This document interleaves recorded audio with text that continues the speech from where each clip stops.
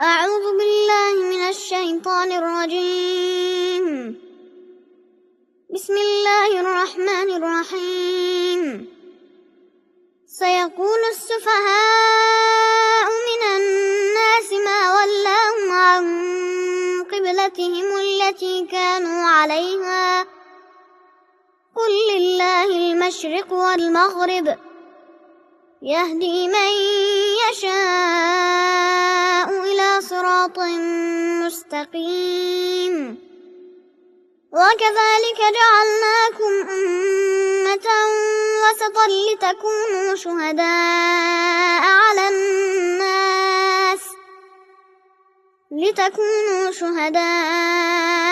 الناس ويكون الرسول عليكم شهيدا.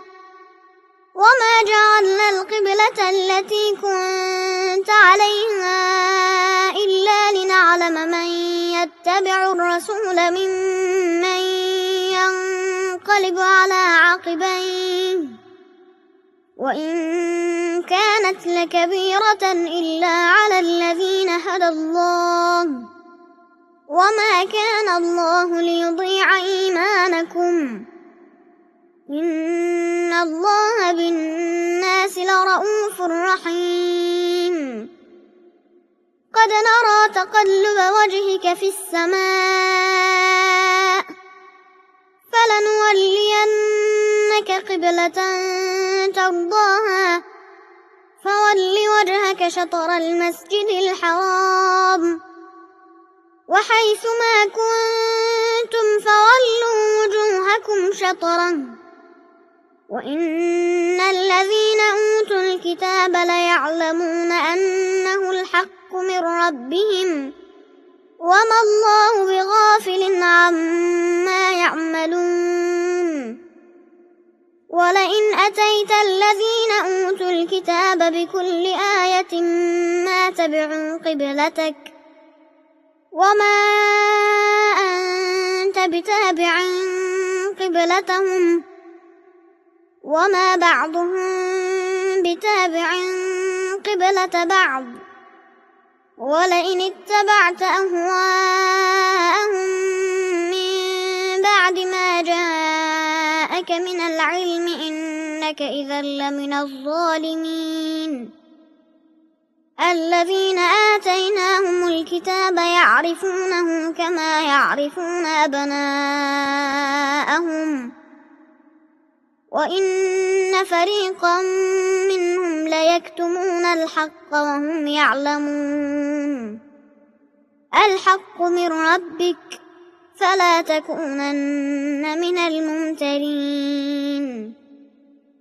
ولكل وجهة هو موليها فاستبقوا الخيرات أينما تكونوا يأت بكم الله جميعا إن الله على كل شيء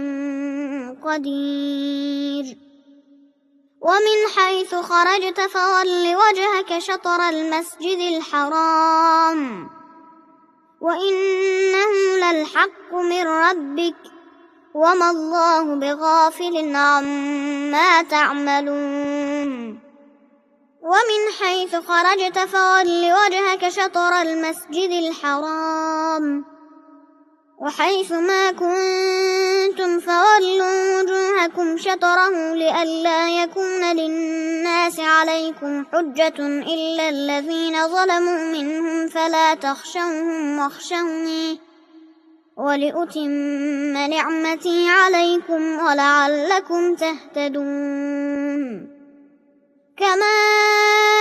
أرسلنا فيكم رسولا منكم يتلو عليكم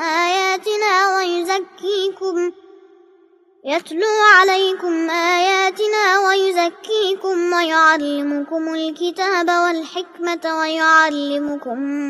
ما لم تكونوا تعلمون. فاذكروني أذكركم واشكروا لي ولا تكفرون. يا أيها الذين آمنوا استعينوا بالصبر والصلاة إن الله مع الصابرين. تقولوا لمن يقتل في سبيل الله أموات بل أحياء ولكن لا تشعرون ولنبلونكم بشيء من الخوف والجوع ونقص من الأموال والأنفس والثمرات وبشر الصابرين الذين إذا أصابتهم مصيبة قالوا إنا لله وإنا إليه راجعون أولئك عليهم صلوات من ربهم ورحمة وأولئك هم المهتدون إن الصفا والمروة من شعائر الله فمن حج البيت أو اعتمر فلا جناح عليه أن يطوف بهما ومن تطوع خيرا فإن الله شاكر عليم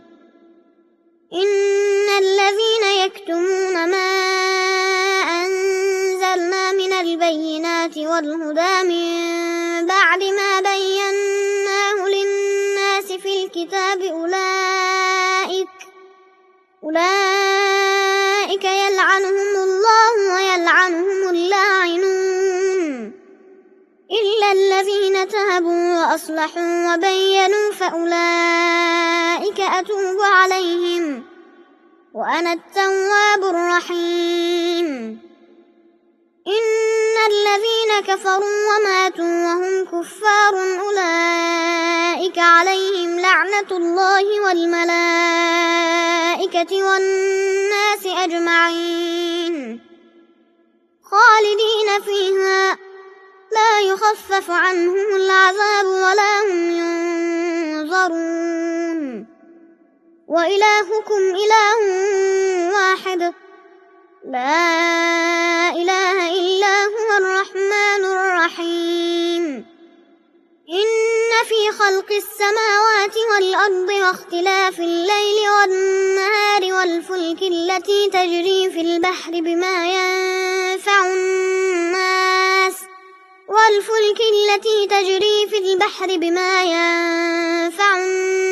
وما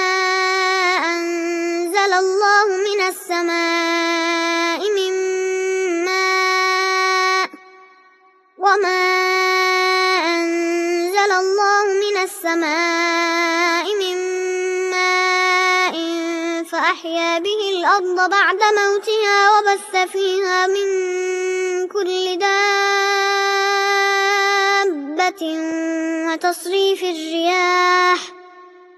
وتصريف الرياح والسحاب المسخر بين السماء والأرض لآيات لقوم يعقلون ومن الناس من يتخذ من دون الله أندادا يحبونهم كحب الله والذين آمنوا أشد حبا لله ولو يرى الذين ظلموا إذ يرون العذاب أن القوة لله جميعا وأن الله شديد العذاب إذ تبرأ الذين اتبعوا من الذين اتبعوا ورأوا العذاب وتقطعت بهم الأسباب وقال الذين اتبعوا لو أن لنا كرة فنتبرأ منهم كما تبرأوا منا كذلك يريهم الله أعمالهم حسرات عليهم وما هم بخارجين من النار يا أيها الناس كلوا مما في الأرض حلالا طيبا ولا تتبعوا خطوات الشيطان إنه لكم عدو مبين إنما يأمركم بالسوء والفحشاء وأن تقولوا على الله ما لا تعلمون وإذا قيل لهم اتبعوا ما أنزل الله قالوا بل نتبع ما ألفينا عليه آباءنا أولو كان آباؤهم لا يعقلون شيئا ولا يهتدون ومثل الذين كفروا كمثل الذي ينعق بما لا يسمع إلا دعاء ونداء صم بكم عمي فهم لا يعقلون يا أيها الذين آمنوا كلوا من طيبات ما رزقناكم واشكروا لله إن كنتم إياه تعبدون إنما حرم عليكم الميتة والدم ولحم الخنزير وما أهل به لغير الله فمن اضطر غير باغ ولا عاد فلا إثم عليه إن الله غفور رحيم إن الذين يكتمون ما أنزل الله من الكتاب ويشترون به ثمنا قليلا أولئك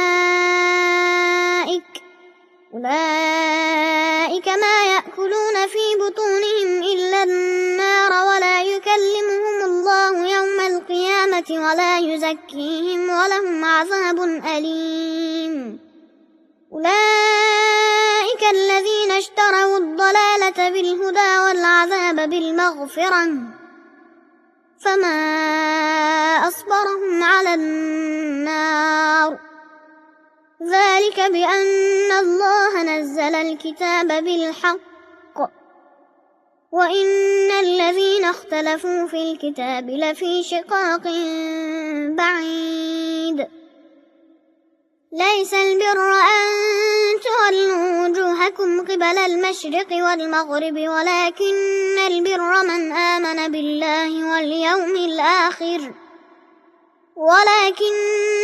من آمن بالله واليوم الآخر والملائكة والكتاب والنبيين وآتى المال على حبه ذوي القربى واليتامى والمساكين وابن السبيل والسائلين وفي الرقاب وأقام الصلاة وآتى الزكاة والموفون بعهدهم إذا عاهدوا والصابرين في البأساء والضراء وحين البأس أولئك الذين صدقوا وأولئك هم المتقون يا أيها الذين آمنوا كتب عليكم القصاص في القتلى الحر بالحر والعبد بالعبد والأنثى بالأنثى فمن عفي له من أخيه شيء فاتباع بالمعروف وأداء إليه بإحسان ذلك تخفيف من ربكم ورحمة فمن اعتدى بعد ذلك فله عذاب أليم ولكم في القصاص حياة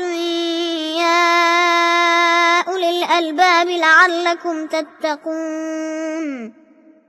كتب عليكم إذا حضر أحدكم الموت إن ترك خيرا الوصية للوالدين والأقربين بالمعروف حقا على المتقين فمن بدله بعدما سمعه فإنما إثمه على الذين يبدلونه إن الله سميع عليم فمن خاف من موص جنفا أو إثما فأصلح بينهم فلا إثم عليه إن الله غفور رحيم يا أيها الذين آمنوا كتب عليكم الصيام كما كتب على الذين من قبلكم لعلكم تتقون أياما معدودات فمن كان منكم مريضا أو على سفر فعدة من أيام أخر وعلى الذين يطيقونه فدية طعام مسكين فمن تطوع خيرا فهو خير له وأن تصوموا خير لكم إن كنتم تعلمون شهر رمضان الذي أنزل فيه القرآن هدى للناس وبينات من الهدى والفرقان فمن شهد منكم الشهر فليصمه ومن كان مريضا أو على سفر فعدة من أيام أخر يريد الله بكم اليسر ولا يريد بكم العسر ولتكملوا العدة ولتكبروا الله على ما هداكم ولعلكم تشكرون وإذا سألك عبادي عني فإني قريب أجيب دعوة الداع إذا دعان فليستجيبوا لي وليؤمنوا بي لعلهم يرشدون أحل لكم ليلة الصيام الرفث إلى نسائكم هن لباس لكم وأنتم لباس لهن علم الله أنكم كنتم تختانون أنفسكم فتاب عليكم وعفى عنكم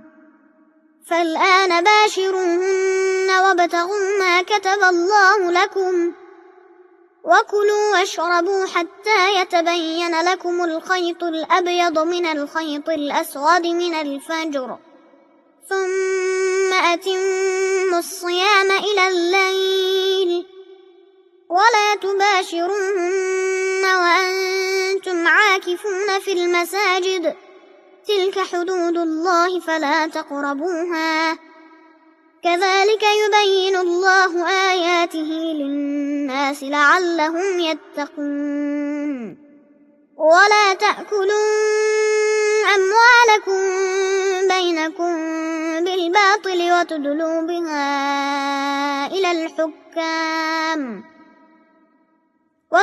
بها إلى الحكام لتأكلوا فريقا من أموال الناس بالإثم وأنتم تعلمون يسألونك عن الأهلة قل هي مواقيت للناس والحج وليس البر بأن تأتوا البيوت من ظهورها ولكن البر من اتقى وأتوا البيوت من أبوابها واتقوا الله لعلكم تفلحون وقاتلوا في سبيل الله الذين يقاتلونكم ولا تعتدوا إن الله لا يحب المعتدين واقتلوهم حيث ثقفتموهم وأخرجوهم من حيث أخرجوكم والفتنة أشد من القتل ولا تقاتلوهم عند المسجد الحرام حتى يقاتلوكم فيه فإن قاتلوكم فاقتلوهم كذلك جزاء الكافرين فإن انتهوا فإن الله غفور رحيم وقاتلوهم حتى لا تكون فتنة ويكون الدين لله فإن انتهوا فلا عدوان إلا على الظالمين الشهر الحرام بالشهر الحرام والحرمات قصاص فمن اعتدى عليكم فاعتدوا عليه بمثل ما اعتدى عليكم واتقوا الله واعلموا أن الله مع المتقين وأنفقوا في سبيل الله ولا تلقوا بأيديكم إلى التهلكة وأحسنوا إن الله يحب المحسنين وأتموا الحج والعمرة لله فإن أحصرتم فما استيسر من الهدي ولا تحلقوا رؤوسكم حتى يبلغ الهدي محله فمن كان منكم مريضا أو به أذى من رأسه ففدية من صيام أو صدقة أو نسك فإذا أمنتم فمن تمتع بالعمرة إلى الحج فما استيسر من الهدي فمن لم يجد فصيام 3 أيام في الحج و7 إذا رجعتم تلك 10 كاملة ذلك لمن لم يكن أهله حاضر المسجد الحرام واتقوا الله واعلموا أن الله شديد العقاب الحج أشهر معلومات فمن فرض فيهن الحج فلا رفث ولا فسوق ولا جدال في الحج وما تفعلوا من خير يعلمه الله وتزودوا فإن خير الزاد التقوى واتقون يا أولي الألباب ليس عليكم جناح أن تبتغوا فضلا من ربكم فإذا أفضتم من عرفات فاذكروا الله عند المشعر الحرام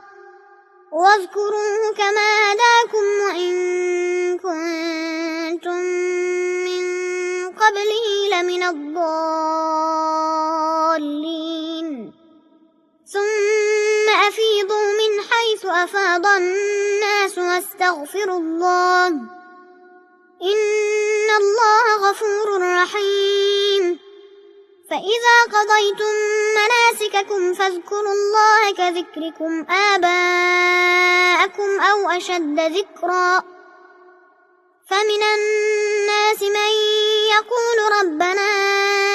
آتنا في الدنيا وما له في الآخرة من خلاق ومنهم من يقول ربنا آتنا في الدنيا حسنة وفي الآخرة حسنة وقنا عذاب النار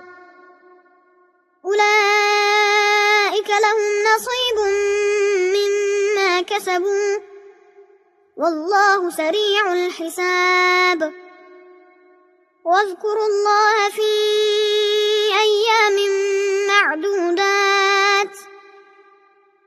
فمن تعجل في يومين فلا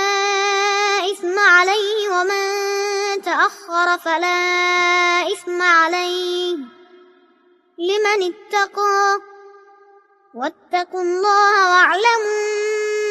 أنكم إليه تحشرون ومن الناس من يعجبك قوله في الحياة الدنيا ويشهد الله على ما في قلبه وهو ألد الخصام وإذا تولى سعى في الأرض ليفسد فيها ويهلك الحرث والنسل والله لا يحب الفساد وإذا قيل له اتق الله أخذته العزة بالإثم فحسبه جهنم ولبئس المهاد ومن الناس من يشري نفسه ابتغاء مرضات الله والله رؤوف بالعباد يا أيها الذين آمنوا ادخلوا في السلم كافة ولا تتبعوا خطوات الشيطان إنه لكم عدو مبين فإن زللتم من بعد ما جاءتكم البينات فاعلموا أن الله عزيز حكيم هل ينظرون إلا أن يأتيهم الله في ظلل من الغمام والملائكة وقضي الأمر وإلى الله ترجع الأمور سل بني إسرائيل كم آتيناهم من آية بينة ومن يبدل نعمة الله من بعد ما جاءته فإن الله شديد العقاب زين للذين كفروا الحياة الدنيا ويسخرون من الذين آمنوا والذين اتقوا فوقهم يوم القيامة والله يرزق من يشاء بغير حساب كان الناس أمة واحدة فبعث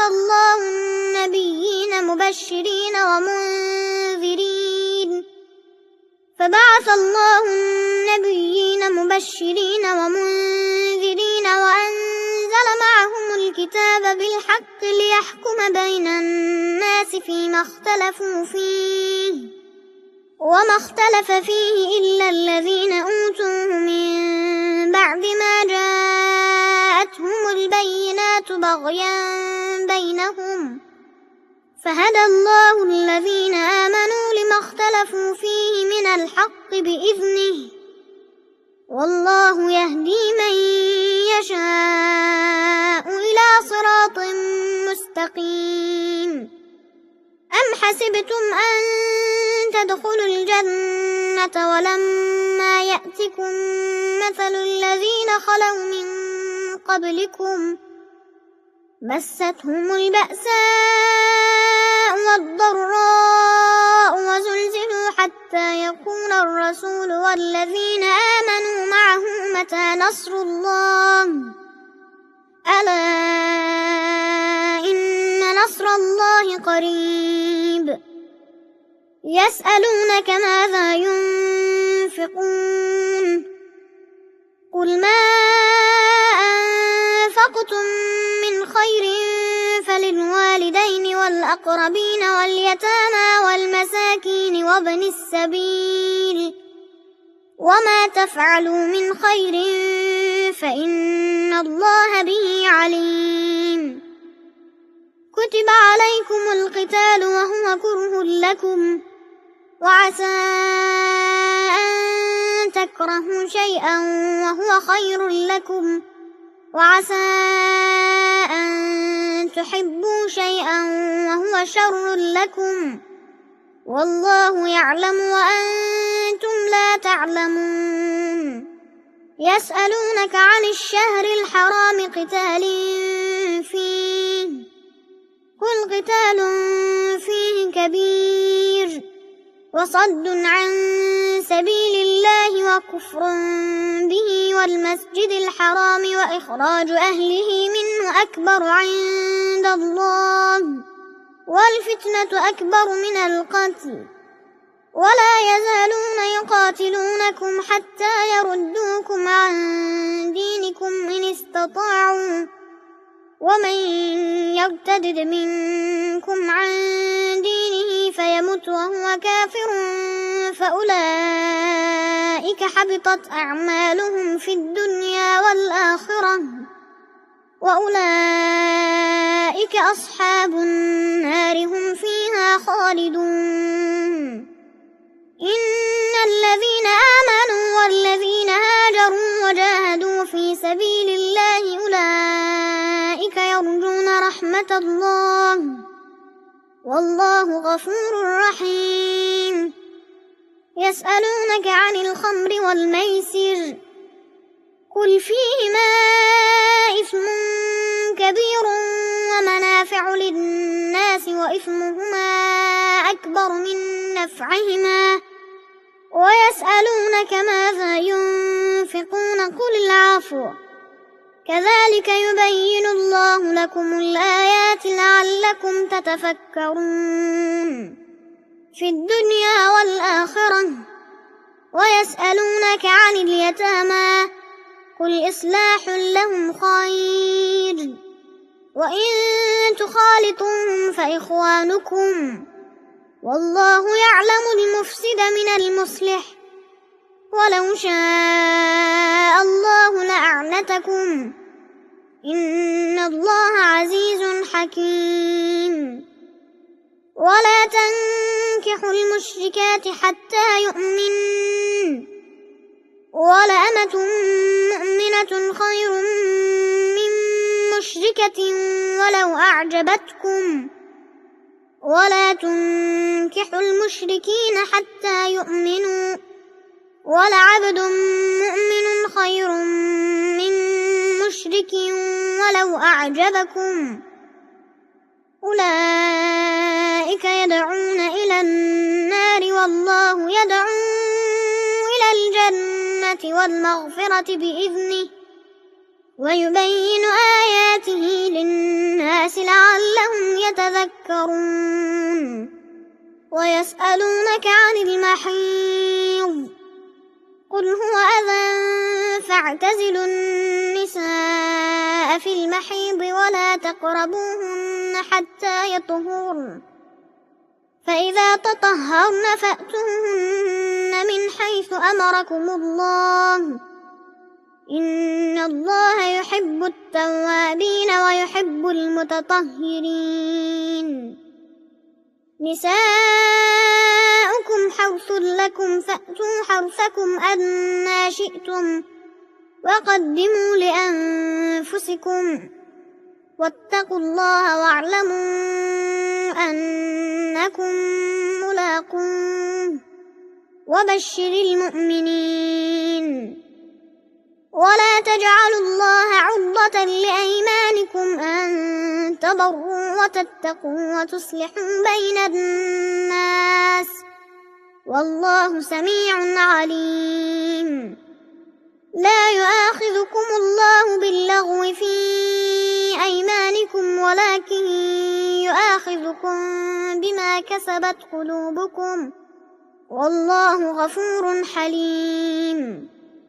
للذين يؤلون من نسائهم تربص 4 أشهر فإن فاءوا فإن الله غفور رحيم. وإن عزموا الطلاق فإن الله سميع عليم. والمطلقات يتربصن بأنفسهن 3 قروء ولا يحل لهن أن يكتمن ما خلق الله في أرحامهن إن كن يؤمن بالله واليوم الآخر وبعولتهن أحق بردهن في ذلك إن أرادوا إصلاحا ولهن مثل الذي عليهن بالمعروف وللرجال عليهن درجة والله عزيز حكيم. الطلاق 2 فإمساك بمعروف أو تسريح بإحسان ولا يحل لكم أن تأخذوا مما آتيتموهن شيئا إلا أن يخافا ألا يقيما حدود الله فإن خفتم ألا يقيما حدود الله فلا جناح عليهما فيما افتدت به تلك حدود الله فلا تعتدوها ومن يتعد حدود الله فأولئك هم الظالمون. فإن طلقها فلا تحل له من بعد حتى تنكح زوجا غيره فإن طلقها فلا جناح عليهما أن يتراجعا إن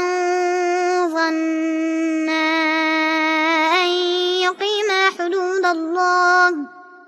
وتلك حدود الله يبينها لقوم يعلمون وإذا طلقتم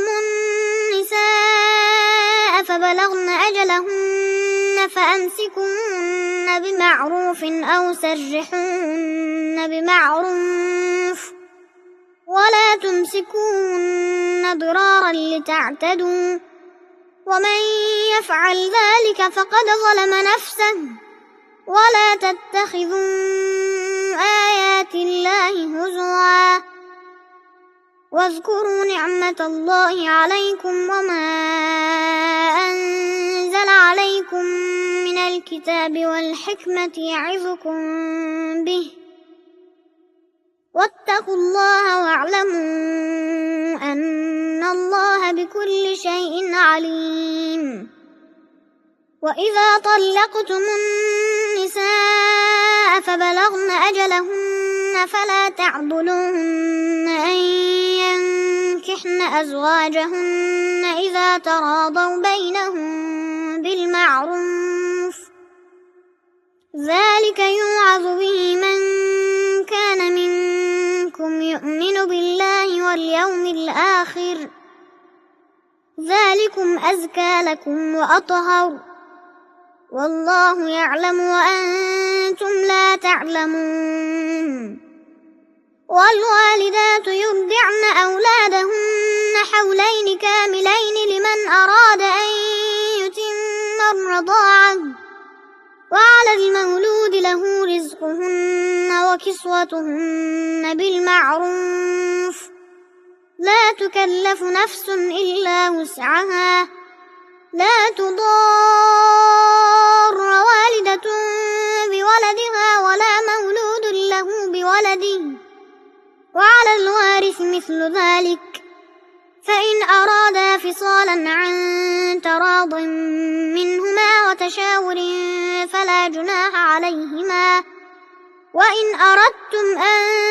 تسترضعوا أولادكم فلا جناح عليكم إذا سلمتم ما آتيتم بالمعروف واتقوا الله واعلموا أن الله بما تعملون بصير والذين يتوفون منكم ويذرون أزواجا يتربصن بأنفسهن 4 أشهر وعشرا فإذا بلغن أجلهن فلا جناح عليكم فيما فعلن في أنفسهن بالمعروف والله بما تعملون خبير ولا جناح عليكم فيما عرضتم به من خطبة النساء أو أكننتم في أنفسكم علم الله أنكم ستذكرونهن ولكن لا تواعدوهن سرا إلا أن تقولوا قولا معروفا ولا تعزموا عقدة النكاح حتى يبلغ الكتاب أجله واعلموا أن الله يعلم ما في أنفسكم فاحذروه واعلموا أن الله غفور حليم لا جناح عليكم إن طلقتم النساء ما لم تمسوهن أو تفرضوا لهن فريضة ومتعوهن على الموسع قدره وعلى المقتر قدره متاعا بالمعروف حقا على المحسنين وإن طلقتموهن من قبل أن تمسوهن وقد فرضتم لهن فريضة فنصف ما فرضتم إلا أن يعفون أو يعفو الذي بيده عقدة النكاح وأن تعفوا أقرب للتقوى ولا تنسوا الفضل بينكم إن الله بما تعملون بصير حافظوا على الصلوات والصلاة الوسطى وقوموا لله قانتين فإن خفتم فرجالا أو ركبانا فإذا أمنتم فاذكروا الله كما علمكم ما لم تكونوا تعلمون والذين يتوفون منكم ويذرون أزواجا وصية لأزواجهم متاعا إلى الحول غير إخراج فإن خرجن فلا جناح عليكم فيما فعلن في أنفسهن من معروف والله عزيز حكيم وللمطلقات متاع بالمعروف حقا على المتقين كذلك يبين الله لكم آياته لعلكم تعقلون ألم تر إلى الذين خرجوا من ديارهم وهم ألوف حذر الموت فقال لهم الله موتوا ثم أحياهم إن الله لذو فضل على الناس ولكن أكثر الناس لا يشكرون وقاتلوا في سبيل الله واعلموا أن الله سميع عليم من ذا الذي يقرض الله قرضا حسنا فيضاعفه له أضعافا كثيرة والله يقبض ويبسط وإليه ترجعون ألم تر إلى الملأ من بني إسرائيل من بعد موسى إذ قالوا لنبي له ابعث لنا ملكا نقاتل في سبيل الله قال هل عسيتم إن كتب عليكم القتال ألا تقاتلوا قالوا وما لنا ألا نقاتل في سبيل الله وقد أخرجنا من ديارنا وأبنائنا فلما كتب عليهم القتال تولوا إلا قليلا منهم والله عليم بالظالمين وقال لهم نبيهم إن الله قد بعث لكم طالوت ملكا قالوا أنى يكون له الملك علينا ونحن أحق بالملك منه ولم يؤت سعة من المال قال إن الله اصطفاه عليكم وزاده بسطة في العلم والجسم والله يؤتي ملكه من يشاء والله واسع عليم وقال لهم نبيهم إن آية ملكه أن يأتيكم التابوت فيه سكينة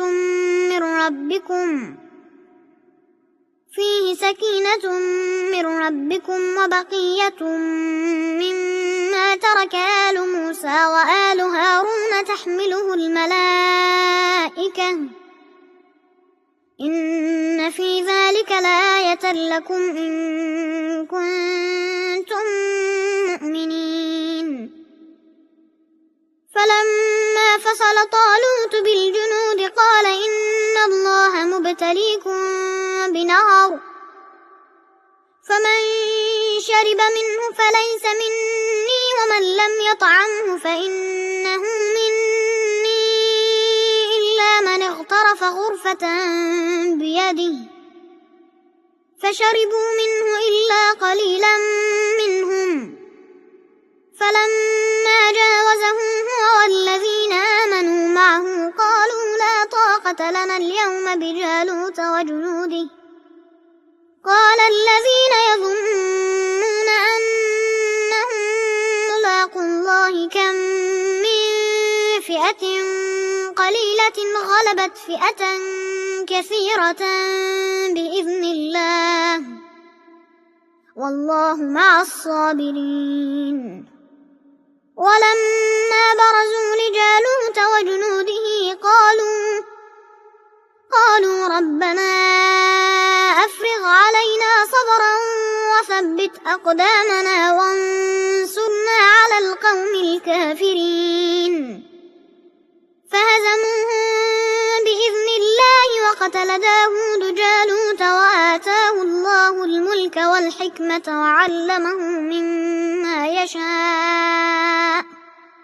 ولولا دفع الله الناس بعضهم ببعض لفسدت الأرض ولكن الله ذو فضل على العالمين تلك آيات الله نتلوها عليك بالحق وإنك لمن المرسلين صدق الله العلي العظيم.